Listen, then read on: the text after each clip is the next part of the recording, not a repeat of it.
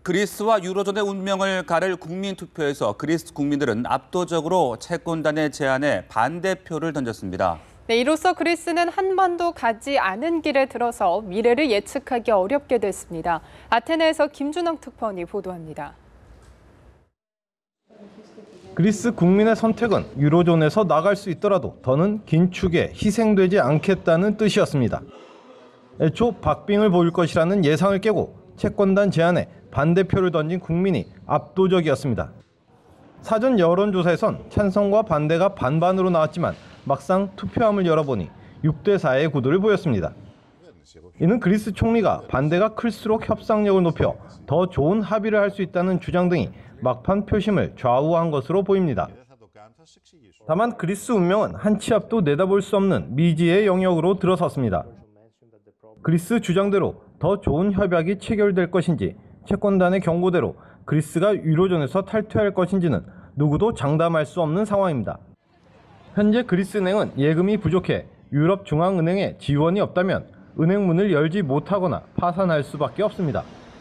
따라서 내일로 예정된 유럽중앙은행의 회의 결과가 그리스를 어느 길로 이끌지 가늠할 첫 단계로 보입니다.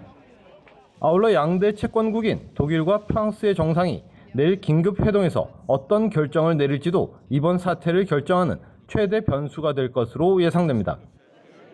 채권단이 협상 테이블에 앉는다면 합의에 이를 수 있겠지만 끝까지 거부하면 그리스는 끝내 유로존에서 떠나고 경제는 파탄날 것으로 우려됩니다. 아테네에서 연합뉴스 김준혁입니다.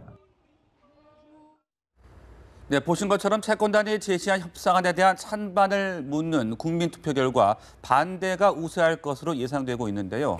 네, 그리스의 미래가 불투명해졌는데요. 런던에서 황정우 특파원이 전합니다. 그리스 국민들이 채권단이 제시한 협상안을 거부한 것으로 예상됐습니다. 투표 결과 반대표가 많을 것으로 예상됨에 따라 그리스의 유로존 이탈, 즉 그렉시트 가능성이 커진 셈입니다. 다만 당장 그리스가 유로존을 이탈하는 것은 아닙니다.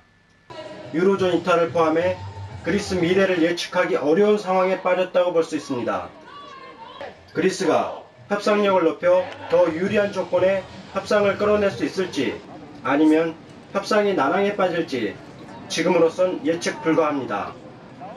일단 알렉시스 치프라스 총리는 서둘러 협상을 재개할 것을 국제채권단에 요청할 것으로 예상됩니다.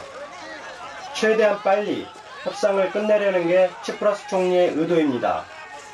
이에 대해 유로존 재무장관 협의체인 유로그룹은 6일 그리스에 대한 문제를 논의할 예정입니다. 유로존이 그리스의 유로존 이탈이라는 파국을 피하기 위해 한 발짝 물러설 것인지 아니면 기존의 긴축안을 다시 요구할 것인지 국제사회의 시선이 집중될 전망입니다. 유로존 채권단의 태도를 사실상 결정하는 독일과 그리스 정부 간 신뢰가 이미 깨져 양측이 다시 협상을 하기 어려울 것이라는 관측도 있습니다. 독일의 앙겔라 메르켈 총리는 6일 프랑스의 프랑스와 올란드 대통령과 긴급 회동에 의견을 나눌 예정입니다. 아울러 유럽중앙은행이 그리스 은행들에 대한 긴급 유동성 지원을 유지할지 여부도 초미의 관심사입니다. 유럽중앙은행이 지원을 끊거나 지원 한도를 늘리지 않으면 그리스 은행이 현금 고갈에 파산에 이를 것으로 보입니다. 이는 그렉시트를 촉발하는 결정적 계기가 될 수 있습니다. 6일과 7일 그리스 운명을 판가름할 긴박한 순간들이 펼쳐질 것으로 예상됩니다. 런던에서 연합뉴스 황정우입니다. 그리스 총리가 채권단에 즉시 협상을 재개하자고 요청했습니다. 알렉시스 치프라스 총리는 현지 시간 5일 밤 TV로 생중계된 연설에서 반대 결정은 민주주의는 협박받을 수 없음을 보여주는 것이라며 은행 영업 재개 등을 위해 즉시 협상에 나서겠다고 밝혔습니다. 치프라스 총리는 유로존에 남겠다는 의지를 거듭 강조하며 앞으로 협상 계획을 논의하기 위해 야당 대표들과 회동하겠다고 덧붙였습니다. 독일과 프랑스 정상이 그리스 사태를 논의하기 위해서 유로존 정상회의를 개최하기로 했습니다. 앙겔라 메르켈 독일 총리는 현지 시간으로 5일 프랑스와 올랑드 프랑스 대통령과 전화 통화를 하고 7일에 유로존 정상회의를 개최하기로 합의했다고 독일 정부가 밝혔습니다. 양국 정상은 또 그리스 국민투표 결과를 존중해야 한다는 데 뜻을 같이 했습니다.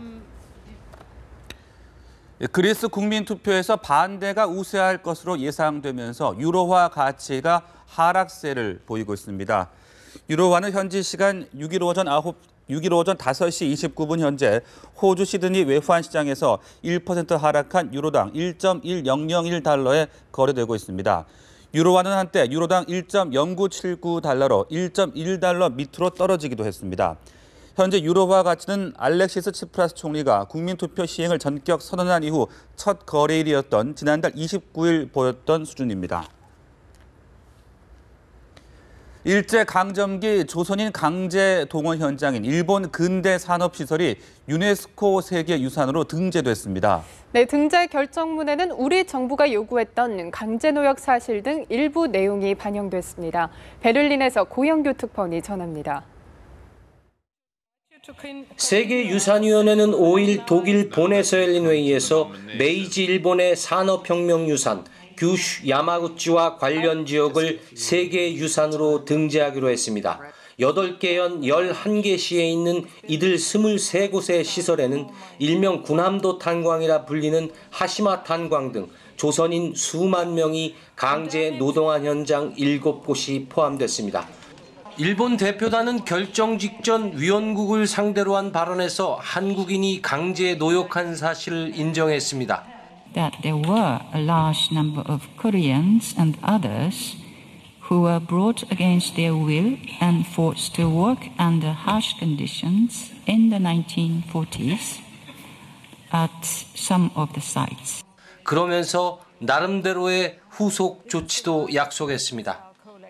Japan is prepared to incorporate appropriate measures into the interpretive strategy to remember the victims, such as the establishment of information center.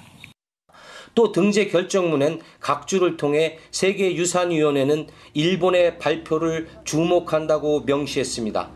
이는 일제강점기 조선인의 강제노역 사실을 국제사회에서 사실상 처음 언급한 것이란 점에서 의미가 있습니다. 한일은 끝까지 대립하다 이 정도로 타협하고 만장일치 등재 처리를 유도하며 회의를 마쳤습니다. 그러나 일본은 과거 제국주의 정부가 해당 시설에서 집단적, 조직적 강제노역을 동원한 주체라는 사실을 두루뭉술로 다루고 결정문 본문에도 기록으로 남지 않게끔 해 논란이 따를 것으로 보입니다. 베를린에서 연합뉴스 고용규입니다. 일본 메이지 시내 산업시설의 세계유산 등재에 대해서 중국은 전체적 사실들에 대해 일본의 충분한 설명이 여전히 부족하다는 입장을 밝혔습니다. 독일 본에서 열린 세계유산위원회 중국 대표단은 일본 산업시설 등재가 이뤄진 뒤 발표한 입장문을 통해 이렇게 밝혔습니다. 중국 대표단은 이어 일본이 역사를 직면하고 세계유산위원회의 권고대로 각 시설의 전체 역사를 알 수 있도록 하는 구체적인 조치를 취하기를 촉구한다고 밝혔습니다. 일본군 위안부 피해자인 최금선 할머니가 어젯밤 별세했습니다. 1925년 11월생으로 올해 90인 최 할머니는 노환으로 지난 2007년부터 노인 전문 병원에서 입원 치료를 받아왔습니다. 이로써 정부에 등록된 군 위안부 피해자 238명 가운데 생존자는 48명으로 줄었습니다. 지난달 11일 김회한 김달선 할머니가 24일에는 김현희 할머니가 생을 마감하는 등 6월 이후에만 피해자 4명이 세상을 떠났습니다.